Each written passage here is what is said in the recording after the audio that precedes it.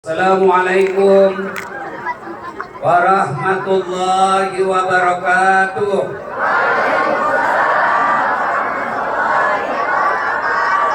Alhamdulillah, alhamdulillahi rabbil alamin. Wa bihi nasta'inu ala umuri dunya waddin. Ashhadu an la ilaha illallah wa ashhadu anna Muhammadan abduhu wa rasuluh. Allahumma salli ala Sayyidina Muhammad wa ala alihi wa sahbihi ajma'in. Amma ba'd. Wa qala Allah subhanahu wa ta'ala fi kitabil karim. Bismillahirrahmanirrahim. Ya ayyuhalladzina amanu dukhulu fis silmi kaffatan wa la tattabi'u khutuwatis syaitan innahu lakum aduwwun mubin. Wahai orang-orang yang beriman, masuklah engkau ke dalam Islam secara sempurna, bukan Islam pencitraan, bukan Islam gimmick-gimmick, bukan Islam politik, bukan Islam pilkada, bukan Islam pilcaleg. Ini dekat lagi pilkada ini. Di politisi langsung penampilannya kalah-kalah Ustaz. Pakai serban, pakai gamis, penampilan luar biasa. Keluar masuk majelis taklim dan masjid, sudah pilkada hilang lagi mereka.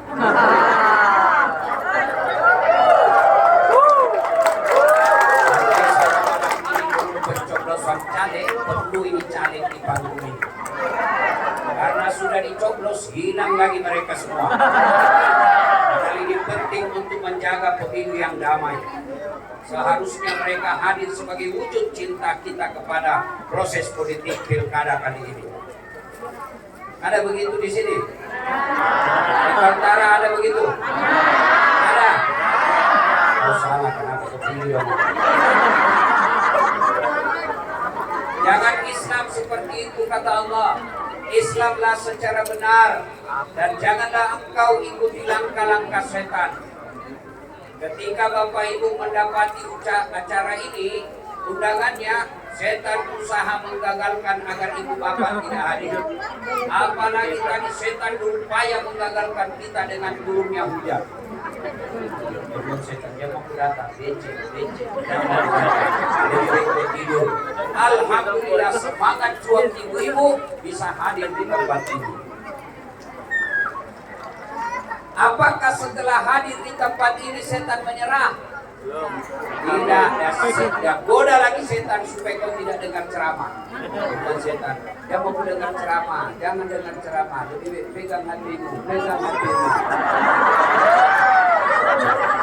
Jadi ibu-ibu yang pegang HP ketika ceramah sesungguhnya kena godaan setan. Sudah dikasih tahu, masih juga dipegang HP-nya. Bukan kau kena setan, kau sudah jadi setan. Bagaimana kau ceramah kau disebut? Simpan HP-nya, Bu, simpan ya.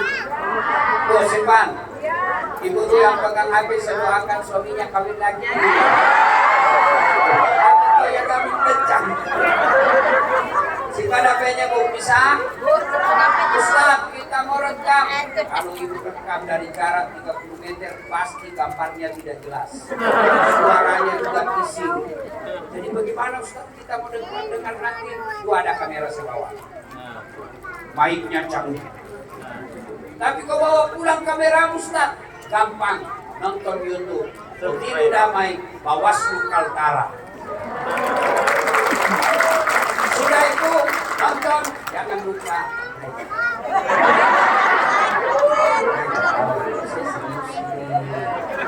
Kalau ibu nonton di UHD, nonton ceramah saya di YouTube, jangan skip iklannya. Nontonlah 1-2 iklan supaya ibu dapat ilmu, saya dapat ilmu. Saya serius ibu. Ibu, kalau artis berpolo apa aku dapat? Apa? Dong, macamnya mau bawang. Hey guys, kita lagi makan udang guys. Ini harganya 1 juta per ekor guys. Nak ini kok? Hah?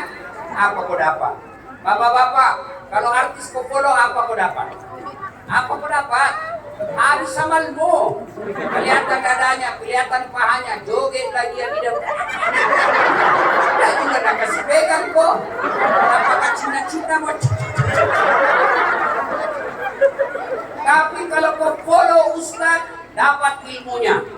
Kau amalkan ilmunya, dapat pahala. Kau sebarkan ilmunya, dapat amal jariah. Maka mulai malam ini, follow para ulama kalian. Follow Dasat Latif. Dasat Latif 1212 centang biru. Waqala ila bismillahirrahmanirrahim. Ya ayyuhalladzina amanu taqullaha haqqa tuqatih wa la tamutunna illa wa antum muslimun. Wahai orang-orang yang beriman, bertakwalah kalian kepada Allah dengan sebenar-benarnya takwa, dan janganlah kalian mati kecuali dalam keadaan beragama Islam. Ayat ini Jumat dibacakan khatib. Sejak 1000 tahun yang lalu, tiap Jumat dibacakan ayat ini. Kalau ada pengumuman di kantor bupati, kantor wali kota, kantor gubernur, harus diulang-ulang tiap pekan. Pasti pengumuman itu penting. Ayat ini Jumat dibacakan khatib, berarti ayat ini penting dan rasa-rasanya susah diterima akal. Jangan kamu mati. Berarti mati kau yang ngatur. Kamu mati ya? Berarti mati mau-mau. Padahal mati, mau atau tidak, tiba saatnya pasti mati. Orang kaya, orang miskin, raja-raja, rakyat biasa, bupati,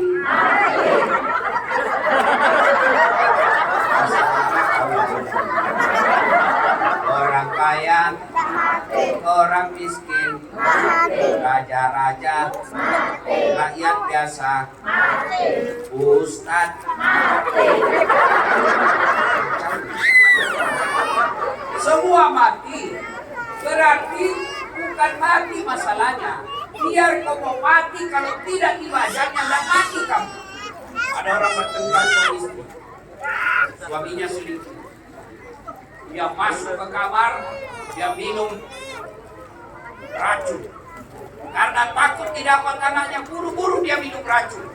Ternyata lebih banyak yang masuk di hidupnya daripada menikah. Muntah-muntah, buat, dan jadi mati. 1 bulan kemudian bertengkar lagi sama suaminya. Dilihat racun gagal. Dia masuk ke dapur ambil pisau. Dia iris surat naninya. Ternyata pisau dia pakai pisau kumpul. 1 bulan berikutnya bertengkar lagi sama suaminya. Dia lihat racun gagal. Dia lihat pisau gagal. Dia lari ke belakang rumahnya, lompat masuk ke dalam sumur. Dia lupa waktu itu musim kemarau. Biar kamu mau, kalau tidak tiba saatnya tidak mati. Sebaliknya, biar kau tidak mau, tiba saatnya pasti mati. Ayat ini seolah-olah Allah ingin berkata, bukan mati masalahmu. Masalahmu adalah illa wa antum muslimun, kecuali mati di dalam keadaan beragama Islam. Allah ingin berkata kepada kita, ketua Bawaslu, polisi, tentara, pedagang, Dasat Latif, habaib, ibu-ibu, bapak-bapak, hati-hati kok. Kau mengaku Islam, tapi belum tentu kau bisa bawa Islam mati. Ayat ini Allah ingin katakan, banyak umat Islam matinya tapi mati kafir. Insya Allah kita tidak akan mati dalam keadaan merampok. Insya Allah kita tidak akan mati dalam keadaan mencuri. Insya Allah kita tidak akan mati dalam keadaan berzina. Insya Allah kita tidak akan mati dalam sakau narkoba. Tapi yang bisa membuat kita mati kafir, hubbi aklil haram, suka memakan barang haram. Dan salah satu barang haram itu, pemilu yang lalu kau terima serangan fajar.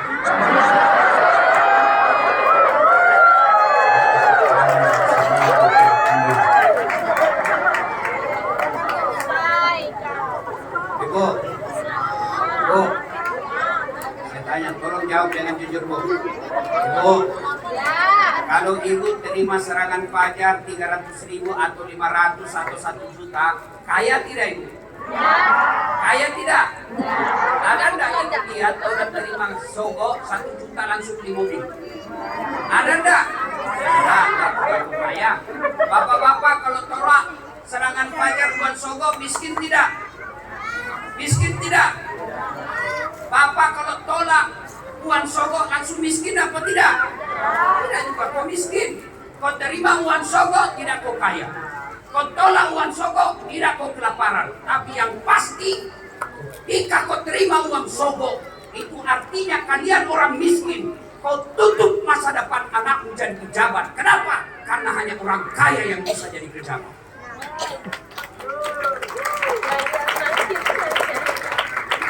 Kalau terima 300.000 itu artinya anakku yang kau sekolahkan ke Jawa, anakku yang kau sekolahkan ke Mesir, anakku yang kau sekolahkan ke Makassar, ke Jepang, pulang anakku jujur, pintar, tidak bisa jadi pejabat di Kaltara. Kenapa? Karena dia tidak mau sogo dan hanya orang kaya yang bisa jadi pejabat.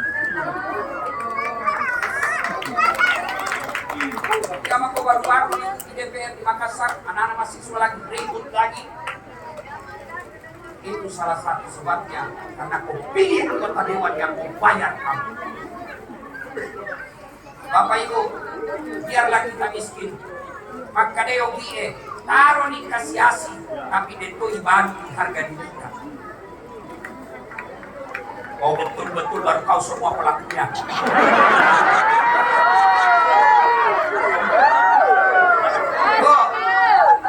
Hei, Masya Allah. Di Kaltara ini Pak, Masya Allah, namanya udang banyak, dan namanya balirut, bandeng, satu ekor per kilo. Sawitnya banyak, gasnya ada, minyaknya ada, luar biasa sumber daya alam. Tapi kenapa banyak orang Kaltara diselundupkan ke Malaysia untuk cari lapangan kerja? Itu sebabnya karena kau pilih pemimpin yang kau usulkan. Saudaraku, cintai Kaltara ini, provinsi yang baru, menjadi provinsi baru di Indonesia. Kalau kalian mau maju, kalian mau sejahtera, pilih pemimpin bulan 11. Bukan karena kau disogok, tapi kau yakin dia menyejahterakan kamu.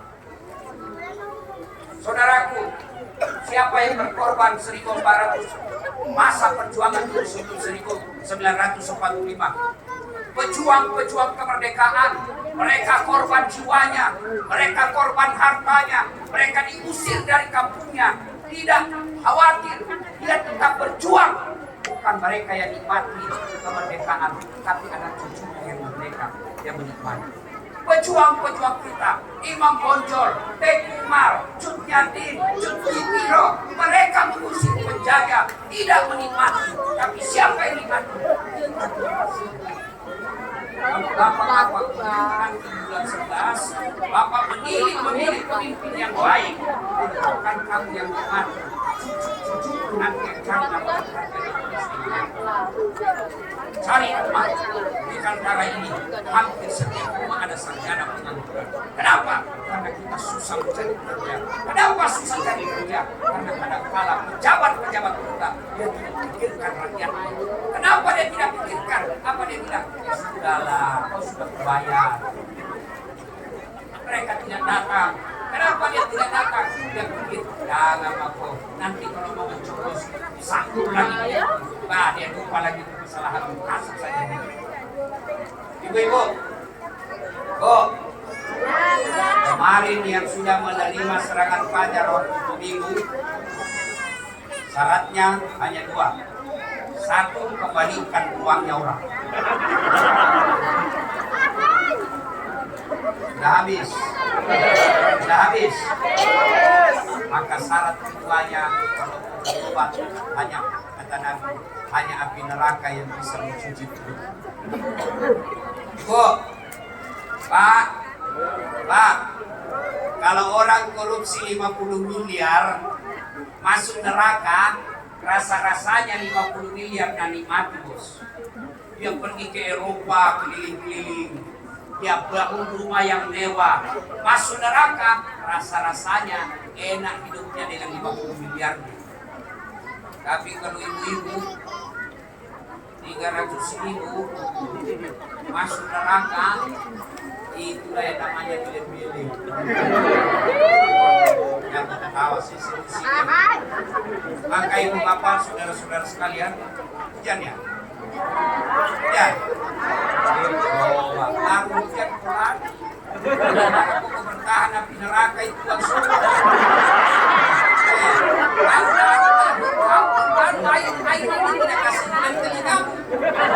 Air ini tidak hancur kulit-kulitmu. Api neraka, bos. Maka cintai Kantara, cintai provinsi kita. Caranya real, caranya konkret. Jangan terima uang sogok. Bisa? Bisa. Bisa? Bisa? Dengarlah janji hamba. Kalau dia ingkar janji nanti di bulan 11, buat hidupnya menderita lahir dan batin.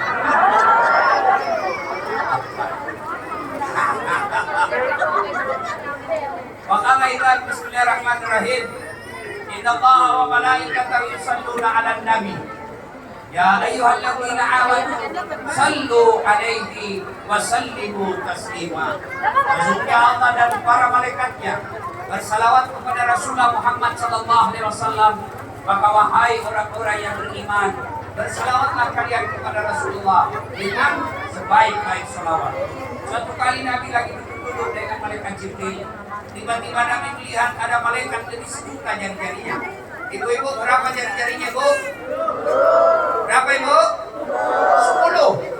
10. Cacat itu. Tidak ada kaki. Di malaikat lebih sejuta jari-jari. Nabi terpesona, kagum, lalu bertanya, Jibril, malaikat apa itu? Banyaknya jari-jarinya. Jibril menjawab, itu malaikat yang Allah tugaskan untuk catat air. Ada yang bisa catat air hujan? Ada ibu? Bapak-bapak ada yang bisa catat air hujan? Tidak bisa. Kenapa? Jumlahnya banyak, jatuhnya rame-rame. Tapi malaikat ini lalu Nabi bertanya kepada Nabi bertanya malaikat ini, wahai malaikat, apa betul kau mampu mencatat air ketika hujan? Ya. Ku catat yang jatuh di gunung, ku catat yang jatuh di darat, ku catat yang jatuh di laut. Semua aku catat ya Muhammad, tak setetes pun yang tidak. Lalu malaikat ini berkata, ya Muhammad, ada satu yang tidak bisa ku catat. Kenapa? Jumlahnya lebih banyak dari air hujan. Jumlahnya lebih banyak dari tetesan air hujan. Apa gerangan kata Nabi? Ketika umat berkumpul di suatu lapangan, lalu mereka bersalawat bareng-bareng kepadamu, aku tidak bisa mencatat betapa banyak pahala yang Allah turunkan di sini. Maka Bapak Ibu, ketika kumpul seperti ini, ada kelompok salawatan yang bersalawat, bersalawatlah karena jumlahnya pahalanya lebih banyak daripada air hujan yang turun. Semuanya salawat, bisa Ibu? Bisa? Ayo kita tanding mana lebih kencang suaranya bapak-bapak dengan ibu-ibu. Ibu-ibu dulu ya. Ayo ikut salawat ya Bu. Yuk, ayo Bu.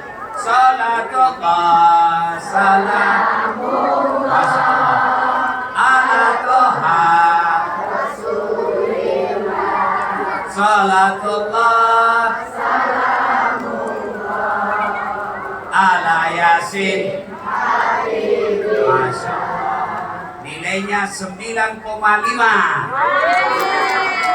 Karena bapak-bapak yang merasa jenis kelamin laki-laki, kami permalukan jenis kelamin kita, bos. Ayo, ibu diam ya, ibu diam. Bapak-bapaknya lagi, yuk. Salatullah ala toha Rasulillah. Salatullah ala Yasin. Masya Allah. Nilainya 9,7. Coba kita gabung. Apa ibu mana lebih kencang suaranya? Ibu-ibu salawat, bapak-bapak juga salawat. Ayo bareng-bareng semuanya. Yuk. Salatullah salamullah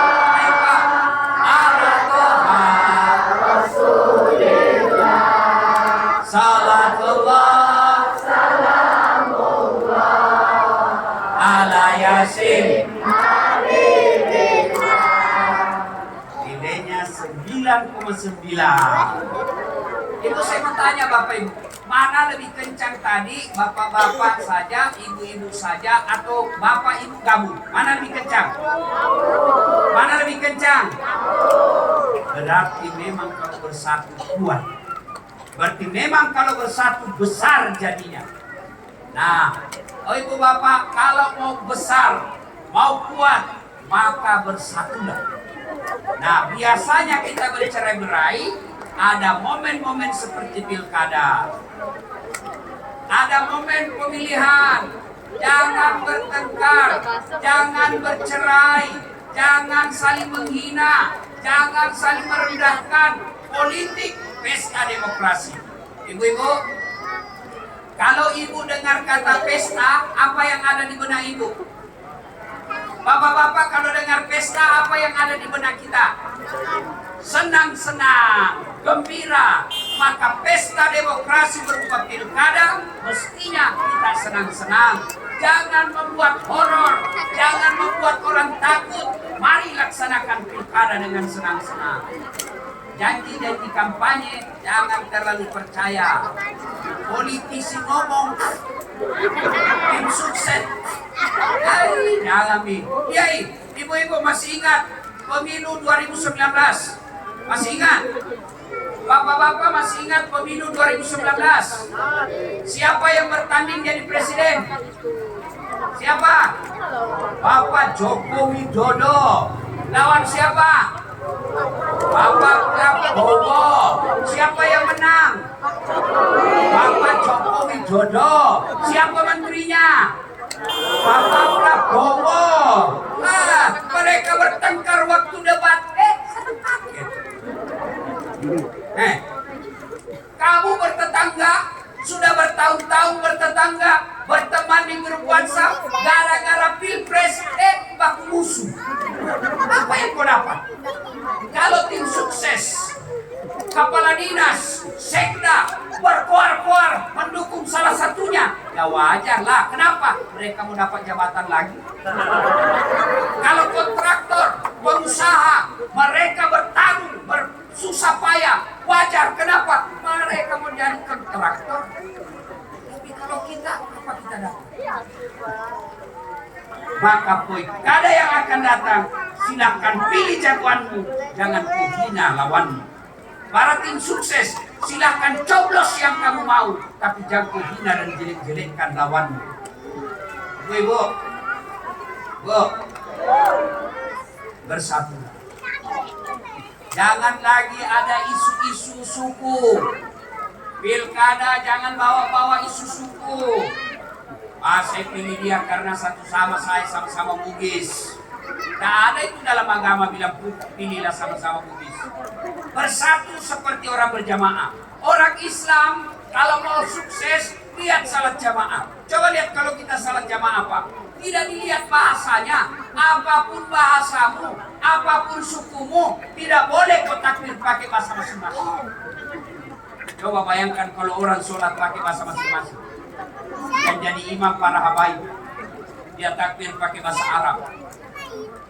Allahu Akbar. Datang makmum, bubuhan kita orang Banjar. Dia takbir bahasa Banjar. Allah ganal bujur. Jadi begitu. Datang lagi orang Kutai, dia pakai bahasa Kutai. Allah bore benih. Oh, makmum ketiga orang Bugis. Udah mau kalah, lebih besar lagi suaranya. Allah Ta'ala maloko. Datang juga saudara kita orang Toraja, masuk Islam, dia takbir pakai bahasa Toraja. Allah Ta'ala tolong aja. Masuk penjual nasi Padang, dia takbir pakai bahasa Padang Minang. Allah nan gadang. Terakhir anak dari Jakarta, anak gaul dari Jakarta, dia takbir pakai bahasa gaul Jakarta. Allah gede banget. Itu baru puasa. Coba orang ibadah saja tidak boleh pakai masing-masing. Coba lihat kalau bapak masuk ke masjid berjamaah, dari manapun arahmu tetap harus hadap kiblat.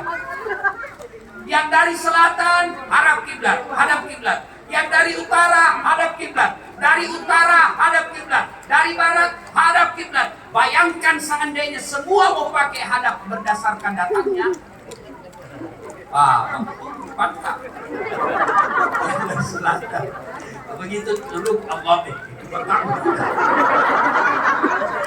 Maka saudaraku, itulah sebabnya Nabi katakan umatku itu seperti badan ini. Coba lihat badan kita Pak, coba lihat badan kita Ibu. Tangan kiri gatal tanpa disuruh kanan yang garuk.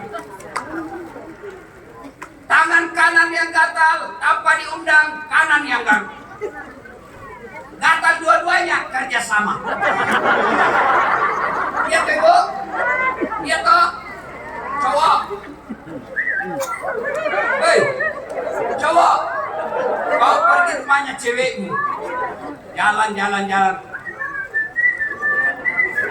Tiba-tiba tahan ke kaki. Kaki tahan tuh, semua badanmu ikut merasakan. Apa dulu yang teriak?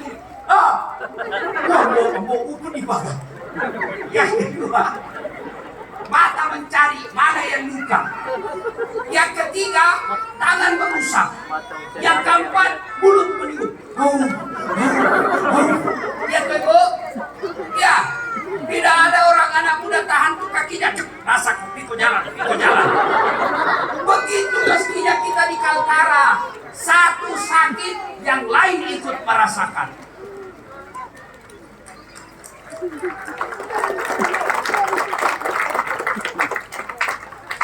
Terjadi unjuk rasa di negeri jasmania. Kenapa? Ada kecurigaan. Rapat darurat dia. Kata tangan, mulut, mulai hari ini saya tidak mau suap kau. Kenapa? Setengah mati ku suap kamu. Kenapa perut kenyang padahal perut tidak bekerja? Kata kaki, sampai betul. Saya cari menantu. Dia tidak bekerja. Kata mulut, benar juga sampai setengah mati semuanya. Kadang-kadang menggigit lidah. Kenapa perut kenyang padahal dia tidak bekerja? Akhirnya rapat darurat. Saudara-saudara sekalian, ini ada ketidakadilan. Masa kita setengah mati bekerja, perut tidak bekerja, dia perut kenyang. Mulai hari ini mogok makan. Kenapa? Ada ketidakadilan. Pagi tidak mau makan, siang belum makan, sore mulai loyo, tengah malam perut bunyi, besok tambah loyo, siangnya makin lemas, maghrib tidak bisa. Akhirnya rapat darurat. Saudara-saudara sekalian, kata tangan, betul saya suap kau mulut. Kata kaki, betul saya melangkah. Kata mata, betul saya mencari. Kata mulut, betul saya mengunyah. Betul perut kenyang, tapi dia tidak kenyang sesaat. Dia kenyang sendiri, dia tidak kenyang sendiri. Dia hanya kenyang sesaat. Mesok cinampo bimesokna. Sebentar saja dia kenyang. Setelah itu dia distribusi ke seluruh tubuh sehingga kita bisa bekerja. Mulai hari ini saudara-saudara, mogok berhenti. Kenapa? Merugikan diri sendiri. Begitu mestinya di Kaltara, tidak boleh ada kenyang sendiri. Mari kita kenyang sama-sama, lapar-laparnya sama-sama. Kalau ada yang kenyang sendiri, maka tunggu, pasti akan ada kerusuhan. Ya, berbicara pilkada, kami ini rakyat selalu mau tenang. Kami ini rakyat selalu mau damai.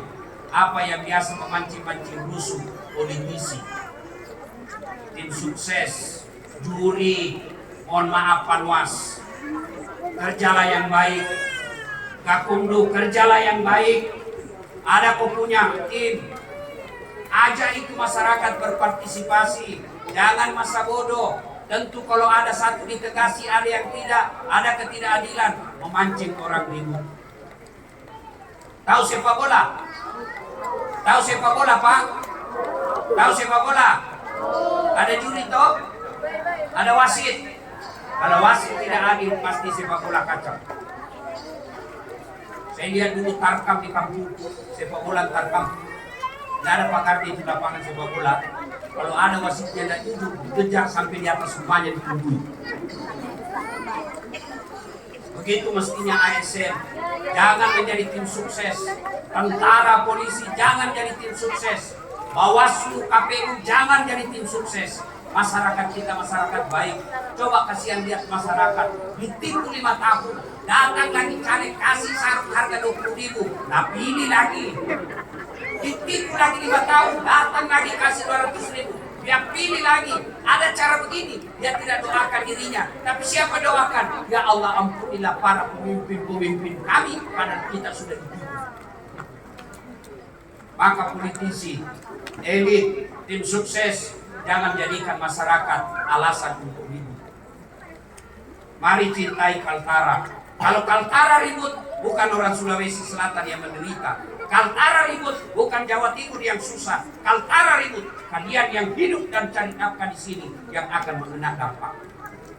Maka ketentraman, ketertiban, kedamaian bukan tanggung jawab polisi semata, bukan tanggung jawab Panwaslu semata, tanggung jawab semua yang kita hidup di tanah Kaltara ini.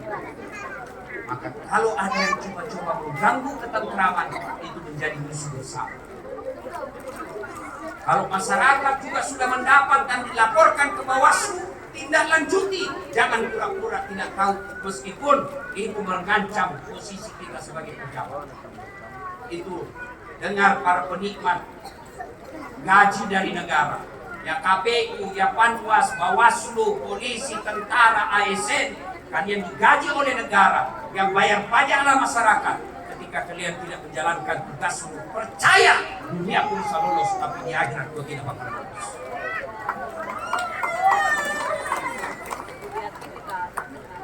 Bapak Ibu saudara-saudara sekalian, itulah sebabnya jaga persatuan ini. Allah sampaikan dalam Al-Quran, wa'tasimu bihablillahi jami'an wa la tafarraqu. Berpegang teguhlah engkau kepada tali persaudaraan agama Allah dan janganlah engkau bercerai. Yang berikutnya, yang ketiga, yang bisa membuat kita pecah belah, apa itu? Sakwa sangka, sangka buruk, menyebarkan fitnah, menyebarkan hoax. Nabi pernah bertanya, atadruna manil muflis? Saudara-saudara sekalian, kamu tahu tak siapa yang bangkrut nanti di akhirat? Yang tidak sholat ya Rasul, ya sholat. Yang tidak puasa ya Rasul, ya puasa. Yang tidak haji ya Rasul, ya haji. Yang tidak bayar zakat ya Rasul, ya zakat. Begitu siapa yang bangkrut? Nabi jelaskan, jarusu wahatiur rahim, tetangga yang jahat sama tetangganya dan dia memutuskan tali persaudaraan. Orang bertanya, aku sahabat Nabi bertanya, kok bisa bangkrut? Dia kan sholat, dia puasa, dia haji, dia bayar zakat, kok bisa bangkrut?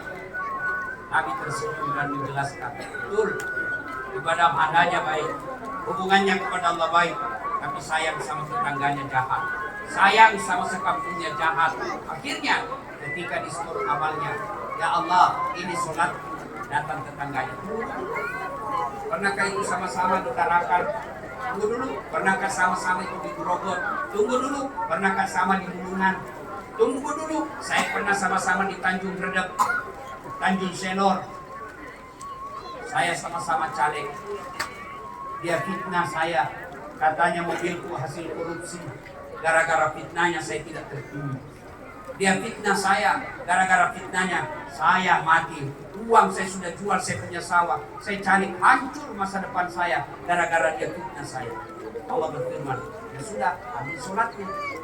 Habis sholatnya, dia setel lagi puasanya. Ini puasanya, datang lagi tetangganya, tunggu dulu. Saya juga pernah itu difitnah. Katanya mobil itu gara-gara dia difitnah saya. Gara-gara dia saya difitnah, saya dipecat dari kepala dinas. Yang tadinya kepala dinas menjadi staf ahli yang ada stafnya. Saya minta keadilan. Allah katakan, sudah, ambil puasanya. Bu, tadi habis sholatnya, habis puasanya. Sok lagi hajinya. Ini haji itu ya Allah. Datang lagi tetangganya. Pernah tahu anak fitnah. Katanya anakku yang keriting rambutnya bukan anaknya suamiku. Karena suamiku urus rambutnya. Saya minta. Allah tetangganya. Sudah. Ambil hajinya. Habis ini amalnya bu. Habis semua amalnya. Mana dia malah pada Cina. Masih ada yang datang. Saya juga pernah diserobot tanahku. Gara-gara dia serobot tanahku, saya tidak punya got. Saya mau lapor di polisi, komandan polisi. Saya minta keadilan. Bila yang tadi banyak amalnya. Bagaimana bilangnya? Nah habis ngamal ke Tuhan, supaya adil kata Allah, ambil dosanya orang yang pernah dosa. Maka saudara, orang yang memutuskan silaturahmi gara-gara pilkada, hati-hati.